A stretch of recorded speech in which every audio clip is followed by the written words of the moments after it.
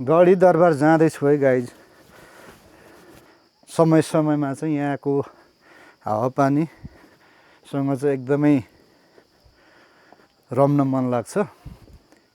यो किनभने अहिले चाहिँ गर्मी मौसम छ खासमा, अनि गर्मी मौसममा चाहिँ तलतिर चाहिँ तराई भागतिर चाहिँ एकदमै गर्मी हुन्छ, अनि यहाँको मौसमसँग चाहिँ एकदमै समय बिताउन मन लाग्छ। आजको यात्रा चाहिँ गाइज गढीको थियो, गढीसम्म जाने भन्ने प्लानले चाहिँ हिँडेको, तर बाटो यहाँ चाहिँ अलिकति ब्लक रहेछ, बन्दै रहेछ। यो हाम्रै बाटो हो।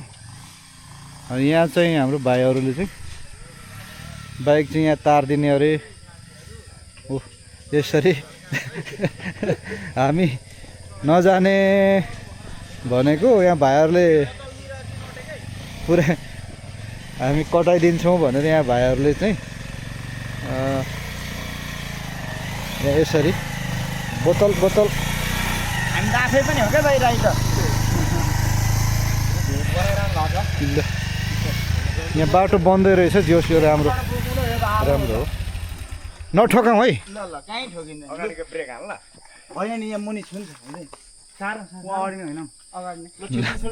ए ठेलेको पो छे तर कहाँ ठेला साधन छ यार। खेल्नु अलिकति हेल्प। यता छुन्छ है, यता सुने भयो। धेरैजनाको यहाँ यसरी नै गएको छ जस्तो लाग्यो त्यहाँ हेर्दाखेरि। अगाडि जा अगाडि अलिकति उठाउनु एकजनाले। छुनु पर्दैन तपाईँ आनन्द हुनु। खेल्नु सोल्टी ल थोरै खेल्नु। ल दामी भयो ल। अब हामी पनि खासमा नजाँदा पनि हुने हो, त्यही पनि यति आइपुगेपछि किन नपुग्ने त माथि डाँडासम्म भन्ने कुरा हो। ल भाइहरूले सहयोग गर्नुभएको छ। अब माथि पुगेर माथिको पनि देखाउने छु यहाँहरूलाई। ल है गाइज ल। आज चाहिँ निकै समय पछाडि फेरि यो एकदमै रमाइलो ठाउँ। यति चिसो छ मौसम, यतापट्टि देख्न सक्नुहुन्छ यहाँहरूले। यो माथि यस्तो किसिमको छ। यहाँ तल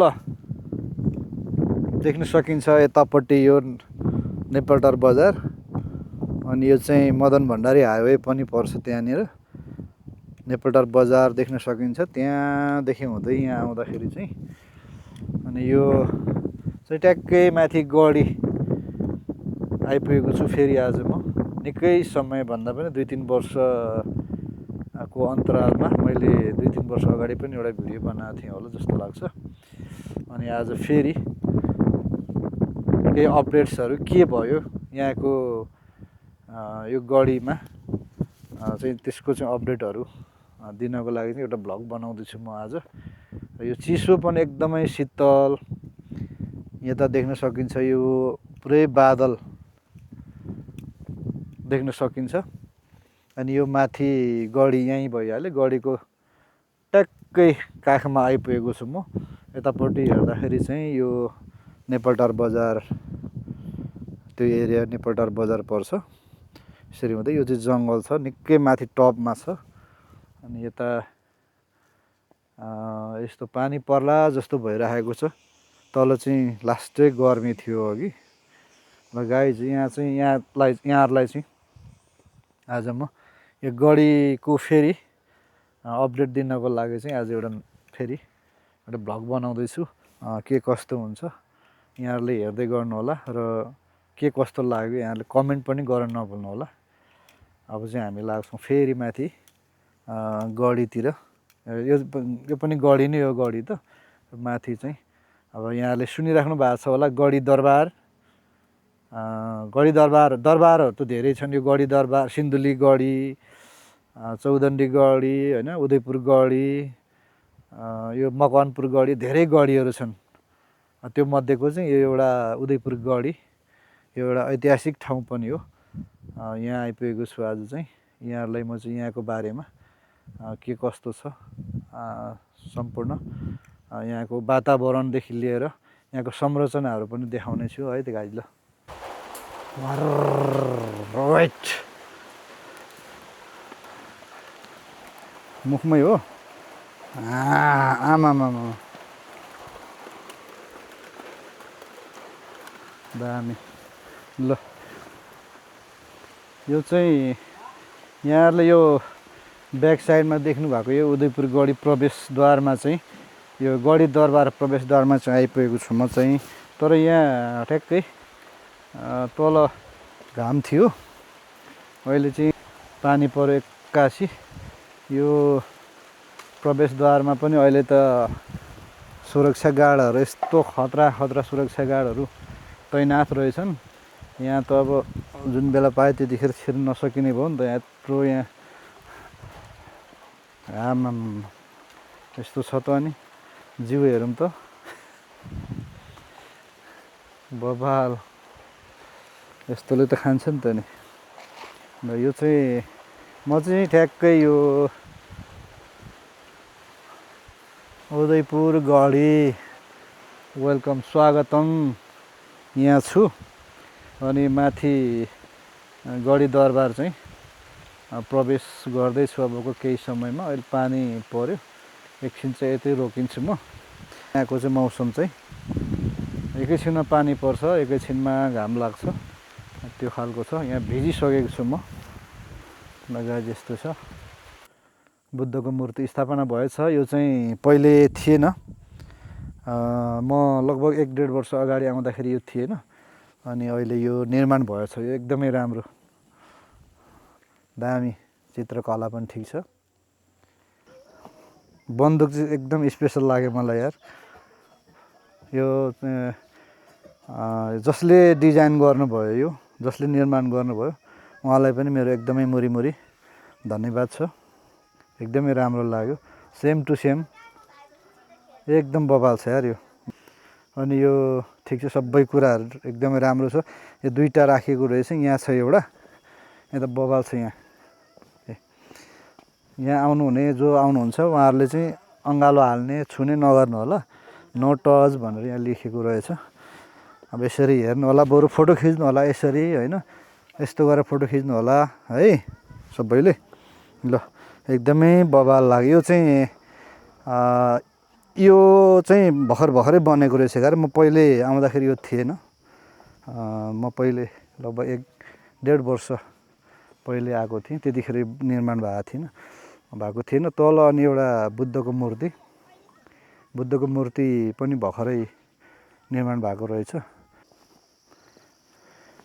यो चाहिँ चारैतिरबाट चाहिँ यसरी पुरै राउन्डिङ सर्कल आकारमा चाहिँ यो यसलाई वाल लाएर चाहिँ घेराबेरा गरिएको छ। यहाँ तल चाहिँ मुनि निकै तल छ।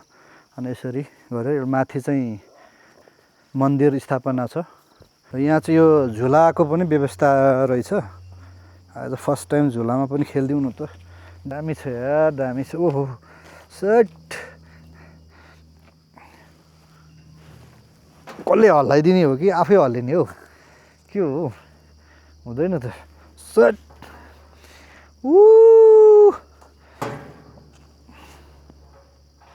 आफै हल्लिने रहेछ यार, दामी भयो त। यस्तो मौसम छ गाइज हो। ल यतिखेर चाहिँ गढीमा है गाइज, उदयपुर गढीको सेरोफेरोमा रहेर यहाँहरूलाई चाहिँ भिडियो देखाइरहेको छु मैले। यहाँहरूलाई के कस्तो लागिरहेको छ यसो कमेन्ट गर्न नभुल्नु होला। र च्यानलमा कोही नयाँ हुनुहुन्छ भने यसो सब्सक्राइब पनि गर्न नभुल्नु होला। यहाँनिर पनि यो यहाँबाट ठ्याक्कै प्रवेश गर्ने बित्तिकै त यो छ। यहाँ पनि फेरि यो चाहिँ देख्न सक्नुहुन्छ यहाँहरूले। यो एकदम सुरक्षा कवच हो यो तरबार खतरा। अनि यहाँ तोप देख्न सक्नुहुन्छ यहाँनिर, यस्तो बबाल छ। यहाँ पनि छ, दुईजना राखेको रहेछ यहाँ चाहिँ हाम्रो सुरक्षा गार्डहरू। तल गेटमा 2जना, यहाँ 2जना, जम्मा 4जना सुरक्षा गार्ड छ है गाइज यो गढी दरबारभित्र चाहिँ। यो सुरक्षाको लागि यो एकदम बबाल छ।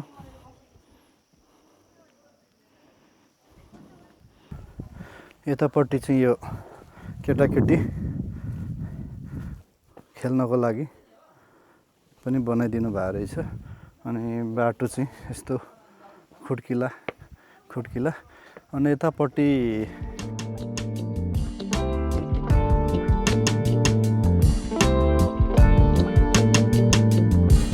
ओ गाइस दामी आमामामा ल हेर्नुहोस् यस्तो दामी छ।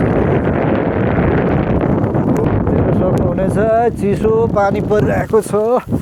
उच पानी परेको छ है गाइस। ल यस्तो चिसो भइरहेको छ यस्तो छ दामी दामी। यो चाहिँ यतिखेर चाहिँ म गाइस उदयपुर गढी हिल टपमा छु। एकदमै मौसम चाहिँ फरक किसिमको मौसम भइरहेको छ यहाँ।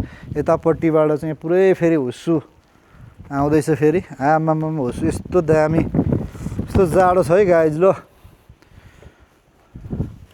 अघि आउँदा सुरुमा आउँदा चाहिँ यस्तो गर्मी थियो अनि अहिले चाहिँ यस्तो छ। यहाँनिर चाहिँ यो ठुलो बरको रुख हो खासमा चाहिँ। अहिले चाहिँ यो माथिबाट सुक्दै आएको रहेछ के भएछ यो चाहिँ यो अलिक सुक्न थालेछ। दामी दामी दामी कुहिरो आयो आयो आयो आयो यता पनि आयो फेरि आयो आयो आयो आयो आयो आयो आयो ए दामी गाइस दामी आमामामा हेरौँ त केही देखिँदैन यार एकैछिन यार आमामामा ल यस्तो यार यस्तै छ गाइज उदयपुर गढीको मौसम। यहाँहरूसँग मैले आज उदयपुर गढी आसपासको र यो उदयपुर सेरोफेरोमा रहेर एउटा यही खालको चाहिँ मैले भिडियो बनाएँ। यहाँहरूलाई आजको यो भिडियो के कस्तो लाग्यो। आज मैले यो उदयपुर गढी सेरोफेरोमा रहेर उदयपुर गढी दरबार क्षेत्र र यो भ्युटप टावरमा रहेर मैले भिडियो बनाएँ र यहाँहरूलाई देखाउने कोसिस गरेँ। यहाँहरूलाई के कस्तो लाग्यो यसो कमेन्ट गर्न नभुल्नु होला र मन पर्यो भने यसो सेयर पनि गर्नु होला र च्यानलमा कोही नयाँ हुनुहुन्छ भने सब्सक्राइब पनि गर्न नभुल्नु होला। अब चाहिँ निकै जाडो पनि भइसकेको छ र अब लब भिडियोलाई अन्तिम पनि गर्नुपर्छ होला।